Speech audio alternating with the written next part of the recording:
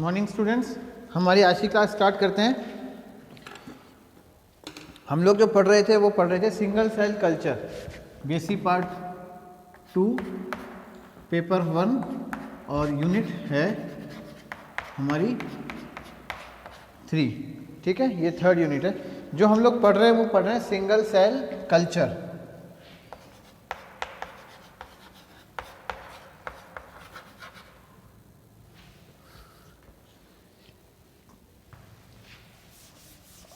हम लोग पढ़ रहे हैं suspension culture.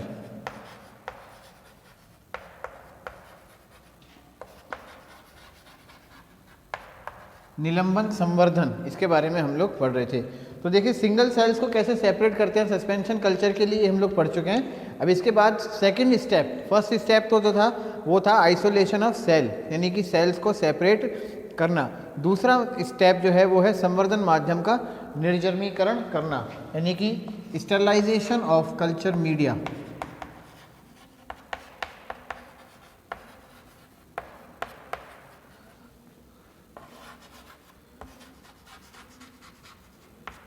Sterilization of culture media, संवर्धन माध्यम जो है उसको किस तरह से स्टरलाइज करते हैं। ठीक है, इसको हम हिंदी में भी लिख देते हैं। संवर्धन माध्यम का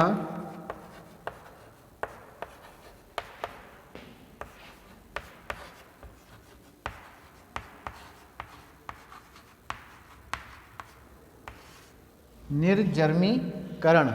ठीक है, देखो सबसे पहले तो हम क्या बनाते हैं, आवश्यकता अनुसार एमएस मीडिया हम बनाते हैं, एमएस माध्यम या एमएस मीडियम हम बनाते हैं विदाउट अगार। ये बात सबसे इंपॉर्टेंट है, विदाउट अगार, क्योंकि यहाँ हमें संवर्धन माध्यम, संवर्धन जो है वो लिक्विड स्टेट में करना है, तरल अवस्था के अंदर करना है, तो इसलिए उसमें अगार का उपयोग नहीं किया जाता। ठीक है ना। अब हम उस मीडियम को बनाते हैं, फिर उसके बाद हम उसे ऑटोक्लेव करके स्टरलाइज कर लेते हैं। Sterilise by autoclave, sterilised by autoclave.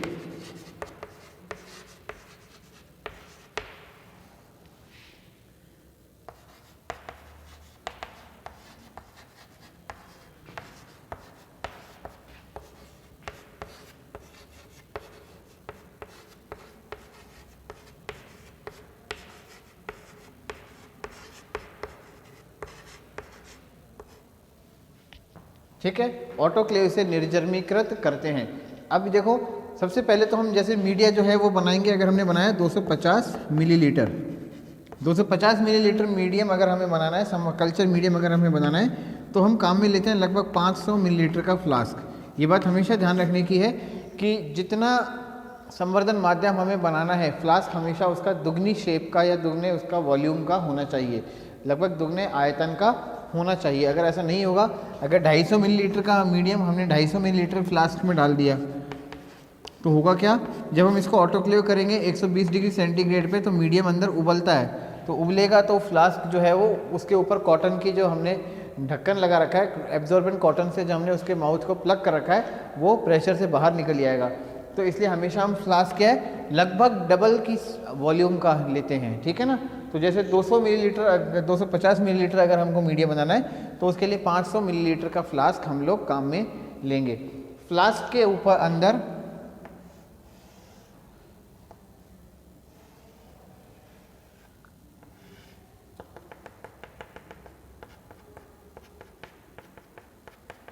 Medium हमने डाल दिया, इसके ऊपर एब्जॉर्बेंट कॉटन से हम लोग प्लग इसको कर देंगे। इसका जो माउथ होगा उसको एब्जॉर्बेंट कॉटन, जो रुई होती है, उस रुई से हम इसको क्या करते हैं, प्लग कर देते हैं। और प्लग करने के बाद इसको मुंह को एल्युमिनियम की फॉइल से अच्छे से ढक दिया जाता है। ठीक है, इसको एल्युमिनियम की फॉइल को अच्छे से ढक के हम इसको ऑटोक्लेव कर लेते हैं, इसे हम निर्जमीकृत कर लेते हैं। निर्जमीकृत करने के लिए ऑटोक्लेव का इस्तेमाल कर लिया जाता है। ठीक है ना। उसके बाद हम वहाँ से इसे निकाल कर इसे स्टोर कर लेते हैं।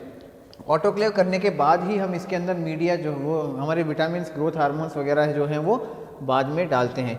अब 250 मिलीलीटर के अंदर एक साथ सारे के सारे हमारे सेल्स को ट्रांसफ़र नहीं किया जाता, तो सेल को ट्रांसफ़र करने के लिए पहले क्या करते हैं, हम इस मीडियम को छोटे छोटे टुकड़ों में बांटते हैं, या तो 100 ml के या 50 ml, ठीक है, के फ्लास्क में, या फिर 20 ml या 25 ml की ट्यूब के अंदर हम इस मीडियम को ट्रांसफ़र कर देते हैं, और इन सभी के मुंह को भी हम ठीक इसी तरह से कॉटन के प्लग से ढक देते हैं, ठीक है ना। तो ये तो है सेकेंड स्टेप, यानी कि संवर्धन माध्यम का निर्जर्मीकरण करना, स्टरलाइजेशन ऑफ कल्चर मीडिया, ठीक है। ये हो गया हमारा सेकेंड स्टेप। थर्ड स्टेप पे आ जाते हैं अभी हम। इसमें लिखने का अलग से डिक्टेट कराने का कुछ भी नहीं है, सारी चीज़ें आपको पता हैं। जो मैंने बोर्ड पे लिखा है उसको आप पूरा का पूरा लिख लीजिए, ये आप हटा दो, इसकी ज़रूरत नहीं है, ये केवल सीखने के लिए था। इसके आगे हम एक लाइन और लिख सकते हैं,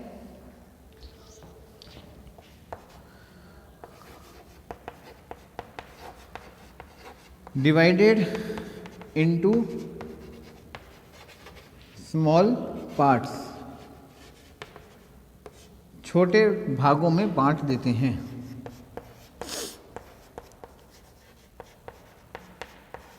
छोटे भागों में ऑटोक्लेव करने के बाद हम उसे छोटे भागों में बांट देते हैं, ठीक है ना। ऑटोक्लेव करने के बाद हम क्या करते हैं, उसे छोटे भागों में इसमें बांट देते हैं।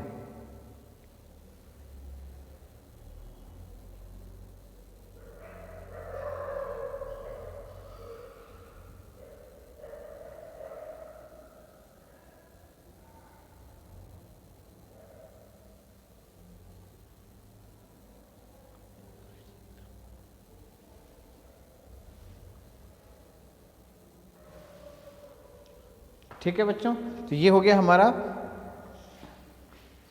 Second step. अब थर्ड स्टेप पे आ जाते हैं हम।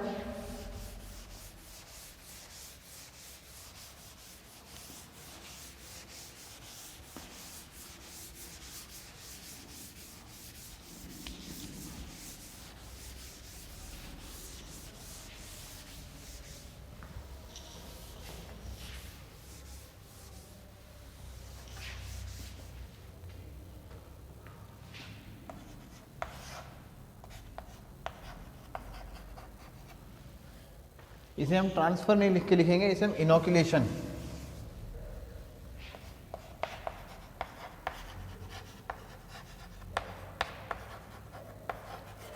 ऑफ सिंगल सेल्स और सेल एग्रीगेट्स और सेल एग्रीगेट्स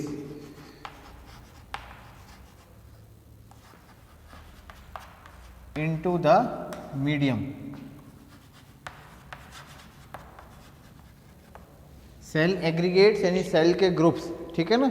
हमने कल पढ़ा था जो सेल्स हम सेपरेट करते हैं तो सिंगल सेल भी उसमें सेपरेट होते हैं, और बहुत सारे सेल्स का एक ग्रुप यानी कि कोशिका पुंज जो होता है वो भी सेपरेट हो जाता है। तो इसे आप सेल एग्रीगेट भी लिख सकते हो, या सेल क्लम्प भी लिख सकते हो, या सेल ग्रुप भी लिख सकते हो।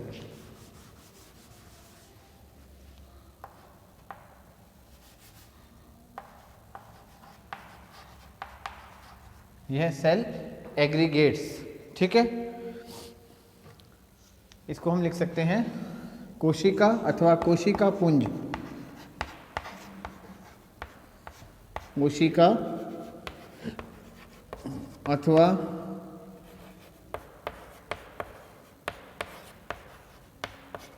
कोशिका पुंज को,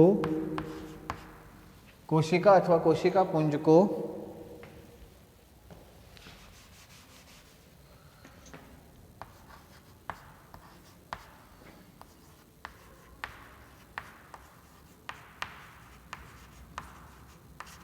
तरल माध्यम में संरोपित करना।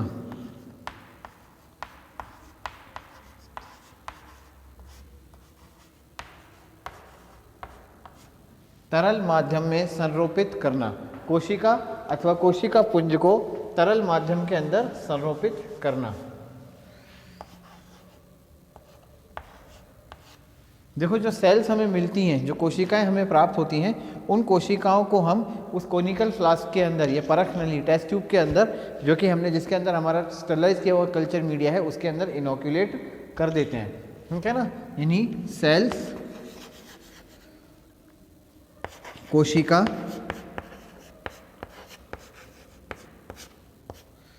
इसे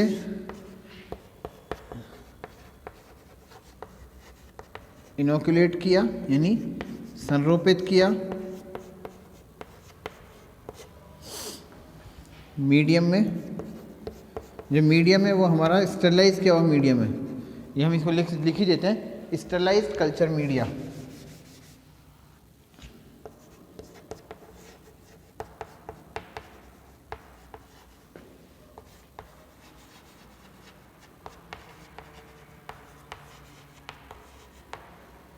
निर्जमीकृत पोष माध्यम,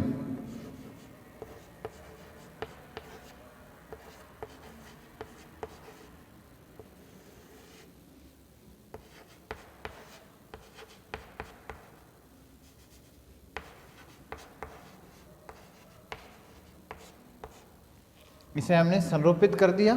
ठीक है, संरोपित करने के बाद उसे ऑर्बिटल शेकर के ऊपर एक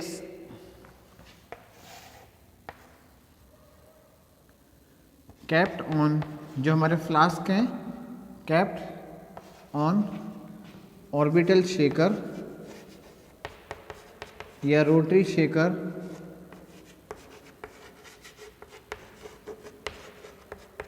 विद 50 to 80 RPM रोटेशन पर मिनट, जो 50 से लेकर 80 रोटेशन पर मिनट तक घूमता है।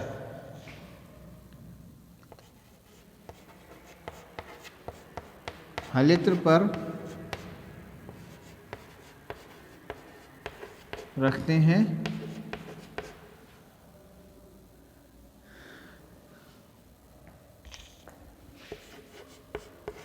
जो 80 से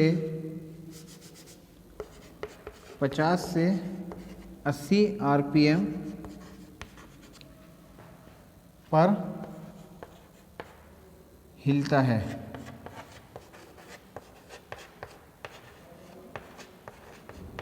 हिलता हुआ रहता है। इसके हिलने से क्या होता है, लगातार शेक होने से क्या होता है, उसमें जो कोशिकाएं रखी हैं, ठीक है, जो सेल्स हैं और जो मीडियम है, वो दोनों के दोनों आपस में होमोजीनियस मिक्सचर में बने रहते हैं। सेल्स जो होती हैं लगातार हिलती रहती हैं, जिससे उनका एरेशन होता रहता है, और जो सेल्स हैं आपस में पुंज में यानी क्लम्प में इकट्ठी नहीं हो पाती।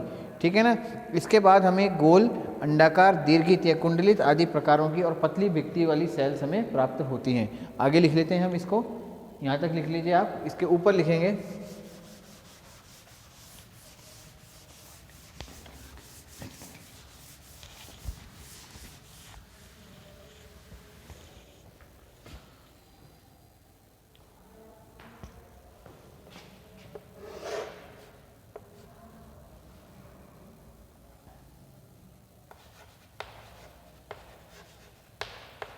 aeration is maintained and clump formation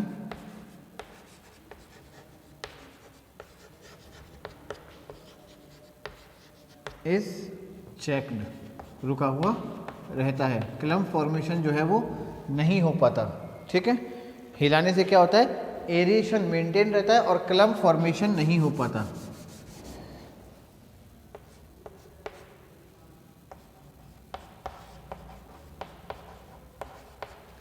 इसको लिख लीजिए, ड्यू टू शेकिंग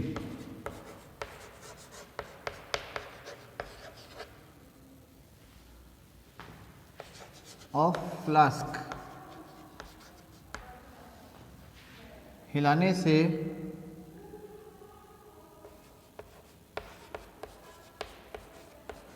वातन बना रहता है व कोशिकाओं के पुंज नहीं बन पाते।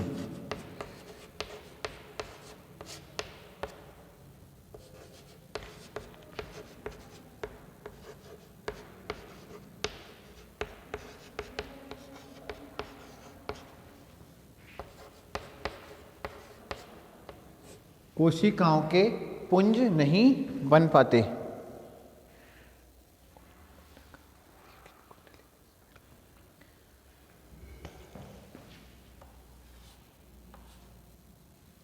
सेल डिवीजन होता है,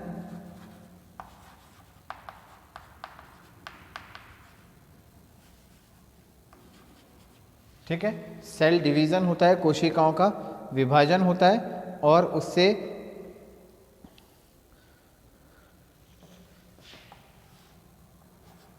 एम्ब्रियोइड्स बन जाते हैं।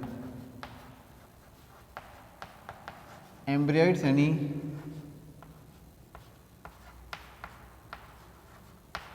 भ्रूणाभ बनते हैं।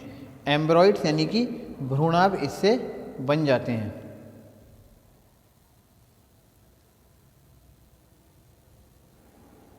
ठीक है, इन एम्ब्रॉइड से कंप्लीट प्लांटलेट बन जाता है। प्लांटलेट यानी पादपक का निर्माण होता है। ये है single cell culture, suspension culture. ये सारा जो प्रोसेस है ये कहलाता है सस्पेंशन कल्चर। लेकिन इंटरेस्टिंग बात ये है कि सस्पेंशन कल्चर जैसे हमने देख लिया लिख लिया ऐसे नहीं किया जाता।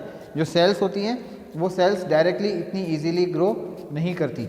अगर हम सेल्स को ठीक मीडिया के अंदर डाल दें, सेल्स को ट्रांसफ़र करके अगर हम मीडिया में डाल दें तो सेल्स ग्रो नहीं करेंगी, सेल्स जो है उनकी वृद्धि नहीं होगी, कोशिकाओं की वृद्धि नहीं होगी। तो सिंगल सेल्स को मीडिया के अंदर ट्रांसफ़र करने से पहले सिंगल सेल को एक अलग तरीके से कल्चर किया जाता है। वो मेथड अभी हम हमारे नेक्स्ट स्टेप में भी पढ़ने वाले हैं।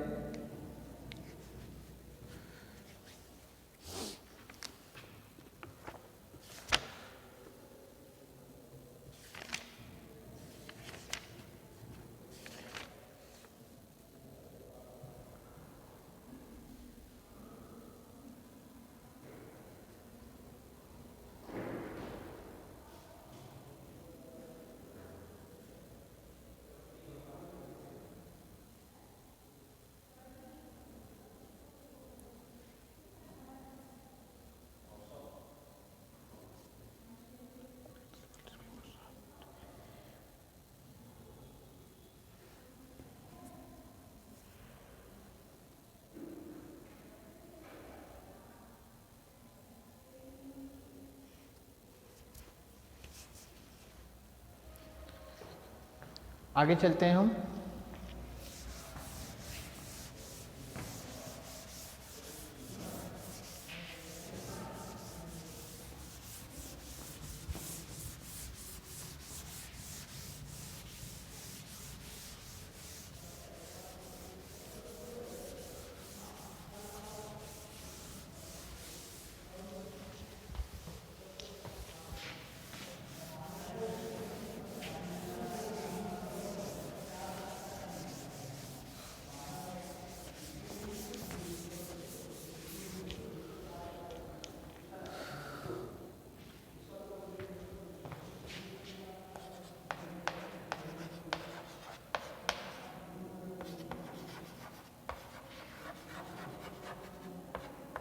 सिंगल सेल कल्चर, एकल कोशिका संवर्धन। एकल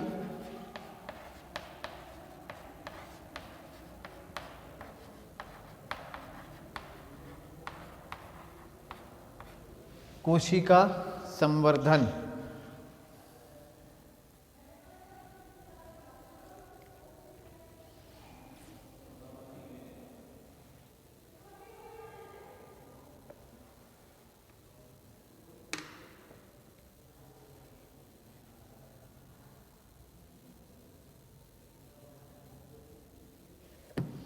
देखो, जो सिंगल सेल्स हमने सेपरेट की थी, जो एकल कोशिकाओं को हमने विलग किया था, वो कोशिकाएं एक नॉर्मल मीडियम के अंदर, एक साधारण कल्चर मीडियम के अंदर डायरेक्ट वृद्धि नहीं करती, वो ग्रोथ नहीं कर सकती। तो उस स्थिति से बचने के लिए क्या कहता है, पहले सेल को नर्स करते हैं, या मीडियम जो हमने तैयार किया है उसको क्या करते हैं, कंडीशन करते हैं, यानी कि उसको हम अनुकूलित कर देते हैं कोशिकाओं को वृद्धि कराने के लिए। उसके बाद ही हम ऐसी कोशिकाओं को सीधे हमारे मीडियम के अंदर डालते हैं। अब नर्स करने का क्या मतलब होता है, यानी कि पहले कोशिकाओं को हम थोड़ा सा तैयार करते हैं, ठीक है ना। जैसे आप इसको एग्जांपल इस तरह से ले सकते हो, पहले कभी क्या है, किसी टाइम में क्या होता था कि जो बच्चे होते थे उनको डायरेक्ट एडमिशन कराया जाता था फर्स्ट क्लास में, फर्स्ट भी नहीं होती थी, उसे क्या बोलते थे, पहली क्लास, है ना, पहली क्लास में एडमिशन करा देते थे। 5 साल के बच्चों को पहली क्लास में हम एडमिशन कराते थे। अब क्या है कि 1.5 साल 2.5 साल के इतने छोटे स्टूडेंट्स को एडमिशन करा दिया जाता है। अब इनको पहली क्लास में तो डाल नहीं सकते, क्योंकि पहली क्लास की तो बात अलग होती है। तो इनको क्या करते हैं, हम पहले नर्सरी में पढ़ाते हैं। नर्सरी के अंदर हम इनको पढ़ाते हैं। तो नर्सरी के अंदर क्यों पढ़ाते हैं, ताकि बच्चे क्या है थोड़े से तैयार हो जाएं, स्कूल के माहौल से समझ जाएं, स्कूल के माहौल के ये वातावरण के अनुकूल हो जाएं, पढ़ाई लिखाई कैसे होती है उन सब चीज़ों को सीख जाएं। एक और एग्जांपल देता हूं मैं आपको।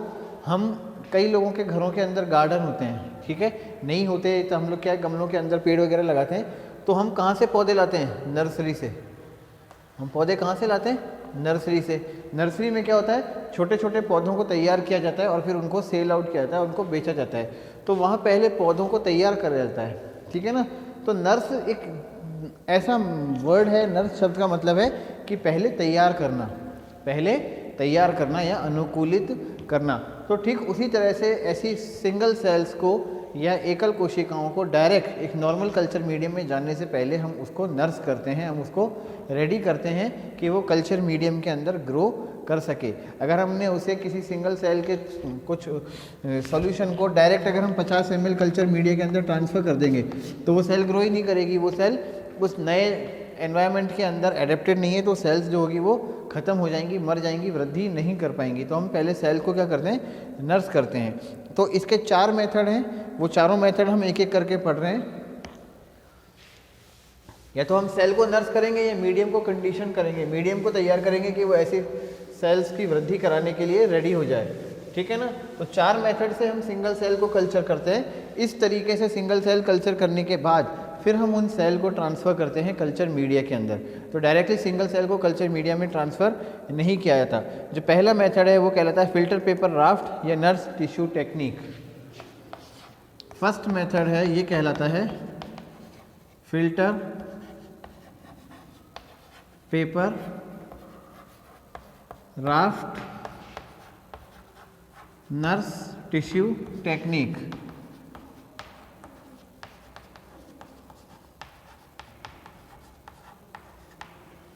इसे हम बोल सकते हैं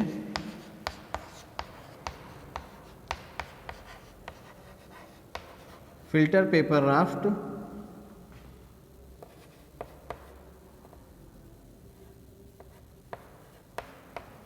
या नर्स ऊतक तकनीक। नर्स ऊतक तकनीक क्या है ये? देखो हम इसमें क्या करते हैं, एक कैलस है, जैसे हम कहें कि एक ट्यूब है या एक पैटी डिश है। इस पैटी डिश के ऊपर कैलस जो है वो, ये कल्चर मीडिया इस पैटी डिश पे, और इस पे ऑलरेडी पहले से कोई कैलस जो है वो वृद्धि कर रहा है, वो कर रहा है कैलस इसके अंदर वृद्धि कर रहा है, ग्रोथ कर रहा है। अब हम क्या करते हैं, इस कैलस होने वाले टिश्यू के ऊपर, ये जो ग्रोथ करने वाले टिश्यू जो है कैलस है, इस कैलस के ऊपर हम एक फ़िल्टर पेपर रख देते हैं। एक प्लेन फ़िल्टर पेपर हम इस कैलस के ऊपर रख देते हैं, ठीक है ना। और इस कैलस फ़िल्टर पेपर के ऊपर रखने के बाद अब होता क्या है, अब इसको तो मानते हैं हम नर्स टिश्यू, जो कैलस है इसको हम मानते हैं नर्स टिश्यू। ये एक प्रकार से क्या करता है, ये इस फिल्टर पेपर को नर्स कर देता है, इसको तैयार कर देता है कि ये सिंगल सेल को ग्रोथ करा सके। जो फिल्टर पेपर क्यों रखते हैं, क्योंकि फिल्टर पेपर के अंदर एब्जॉर्प्शन की पावर होती है। तो फिल्टर पेपर धीरे धीरे क्या करता है, कैलस के अंदर जितने भी न्यूट्रिएंट्स वगैरह हैं उनको धीरे धीरे एब्जॉर्ब कर लेता है, ठीक है ना। उनको क्या करता है, एब्जॉर्ब कर लेता है, यानी कि वेट हो जाता है, भीग जाता है, ठीक है। फिल्टर पेपर क्या करेगा, कैलस के अंदर जितने भी न्यूट्रिएंट्स हैं या फिल्टर पेपर के या कैलस टिश्यू के जो भी एक्सुडेट हैं, यानी कि बाहर निकलने वाले पदार्थ हैं, उन सभी पोषक तत्वों से वो संतृप्त हो जाता है, ठीक है ना, भीग जाता है, सैचुरेट हो जाता है। फिर उसके बाद हम क्या करते हैं, हमारी सिंगल सेल जो हमने सेपरेट की थी, उस सिंगल सेल को हम यहाँ पर रख देते हैं। सिंगल सेल को हम यहाँ पर थोड़ी देर के बाद हम छोड़ देते हैं। फिर सिंगल सेल जो होती है अब उस कैलस के ऊपर ग्रोथ करती है। कहाँ से, कैलस के ऊपर ग्रोथ करेगी, और वो न्यूट्रिशन कहाँ से लेगी, इस फिल्टर पेपर से।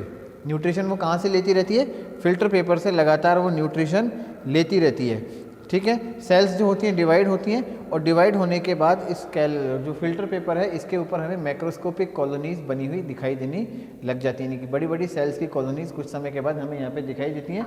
फिर हम इन कॉलोनीज़ को पिकअप करते हैं और फिर कल्चर मीडियम के अंदर ट्रांसफ़र कर दिया जाता है। ये तरीका होता है। एक बार हम इसको फिर से रिपीट कर लेते हैं। फिल्टर पेपर राफ्ट या नर्स टिश्यू टेक्निक के अंदर क्या करते हैं, सबसे पहले हम ऑलरेडी जैसे ये पेट्री प्लेट है, इस पेट्री प्लेट के ऊपर पहले से ही कोई कैलस जो है वो ग्रोथ कर रहा है, ठीक है, वृद्धि कर रहा है। हम इस कैलस के ऊपर एक स्टरलाइज किया हुआ फिल्टर पेपर रख देते हैं। ये जो कैलस है, इस कैलस के ऊपर हम एक फिल्टर पेपर जो कि स्टरलाइज है, निर्जर्मीकृत है, उसको रख देते हैं। ये कैलस कहलाता है नर्स टिश्यू। कैलस से कहलाता है नर्स टिश्यू। और जो फिल्टर पेपर है ये क्या कहलाया जाएगा, फिल्टर राफ्ट।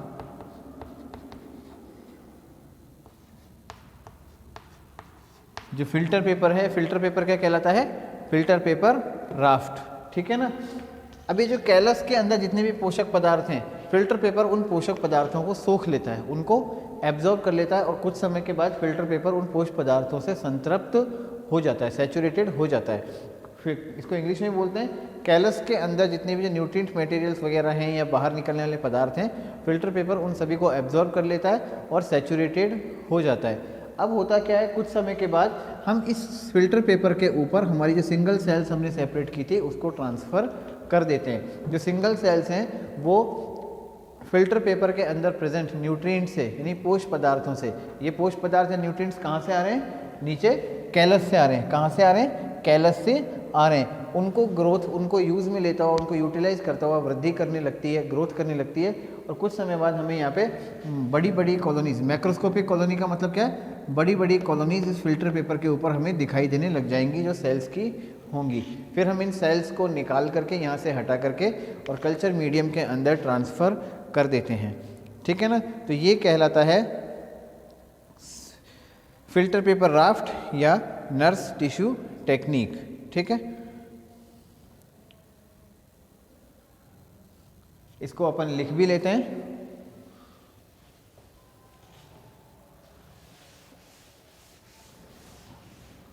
एक बार इसको अपन लिख भी लेते हैं।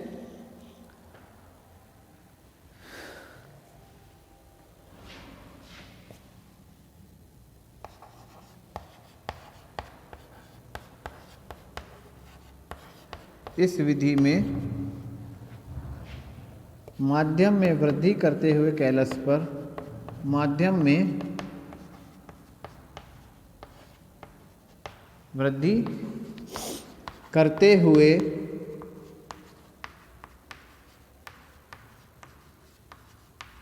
कैलस पर फिल्टर पेपर रख दिया जाता है। कैलस पर निर्जर्मीकृत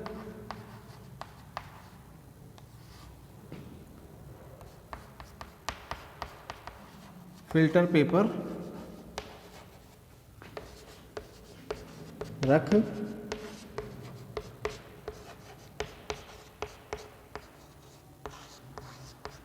दिया जाता है। एक निर्जर्मीकृत फिल्टर पेपर रख दिया जाता है। वो माध्यम में उपस्थित पोषक तत्वों से संतृप्त हो जाता है। यह कैलस के द्वारा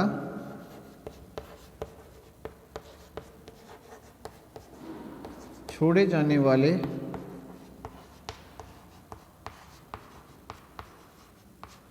पोषक तत्वों से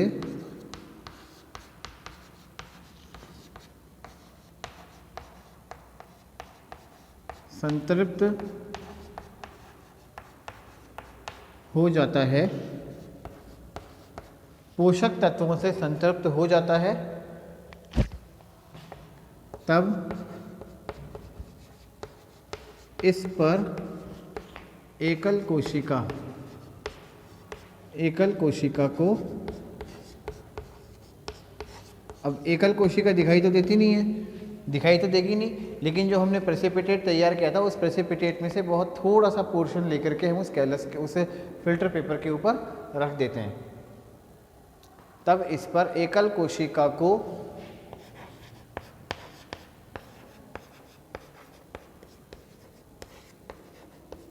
रख दिया जाता है। ठीक है, इस पर एकल कोशिका को रख दिया जाता है। यह एकल कोशिका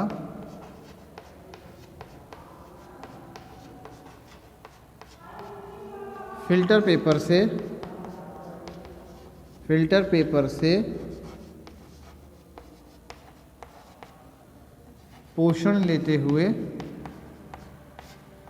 पोषण प्राप्त करते हुए विभाजित होती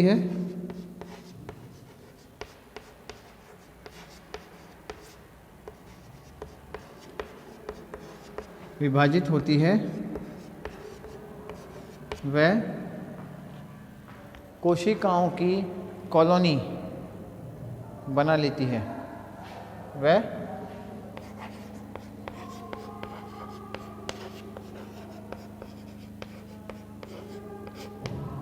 कोशिकाओं की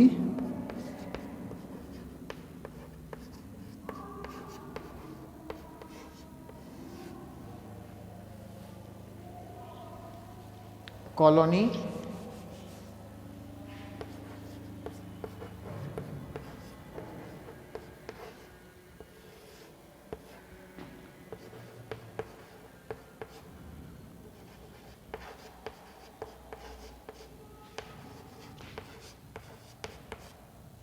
बना लेती है। इन कोशिकाओं को अलग करके इनका संवर्धन कर लेते हैं।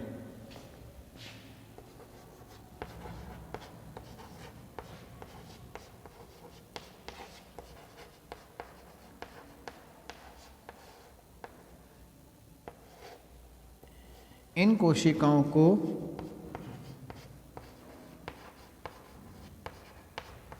अलग करके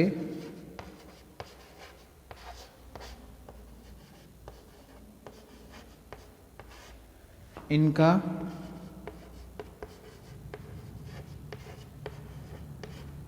संवर्धन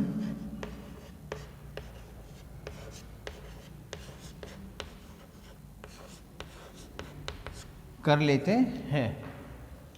ठीक है, ये हिंदी में लिखा है मैंने, इसके बाद अपन इंग्लिश में लिखते हैं। आप इसको लिख लीजिए पहले।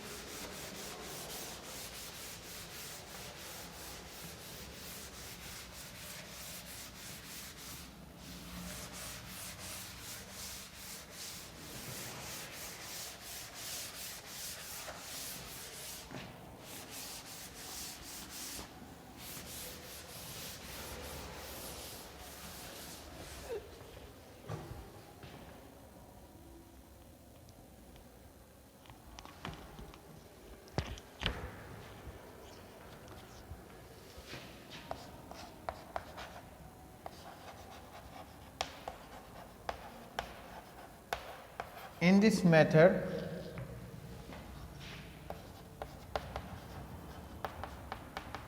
sterilized filter paper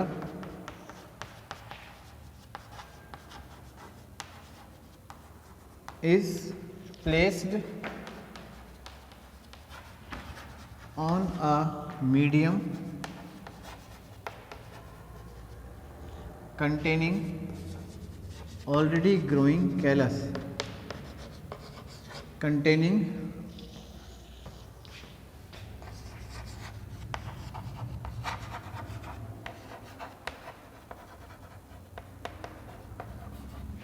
already growing callus, medium containing already growing callus. This filter paper gets saturated, filter paper gets saturated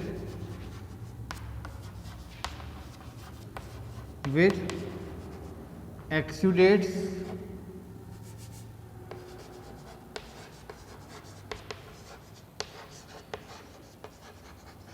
from the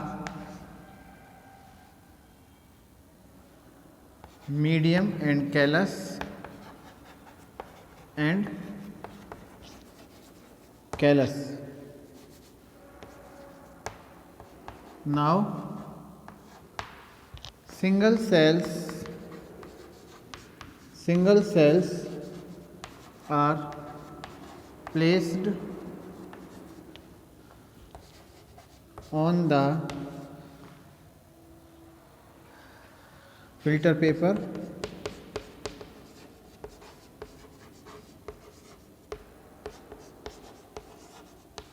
These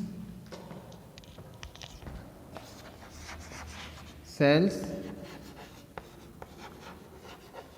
absorb nutrition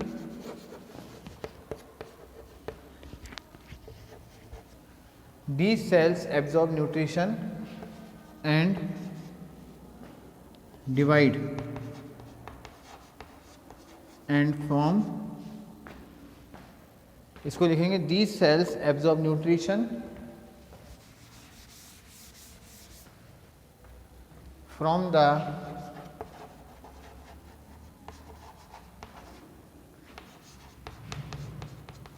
filter paper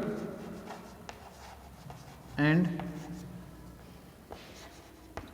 divide to form colonies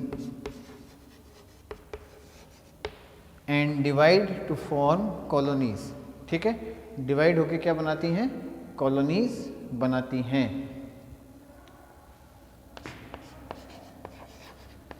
These colonies are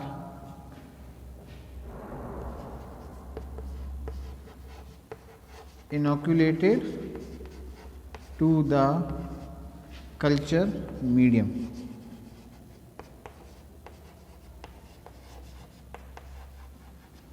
जब हम इन colonies को culture medium में inoculate करेंगे तो पूरी colony pickup नहीं होती. ठीक है ना, कॉलोनी को पिकअप करने के लिए क्या करते हैं, एक पतली निडल लेते हैं, उस निडल को उस कॉलोनी को टच कराया जाता है.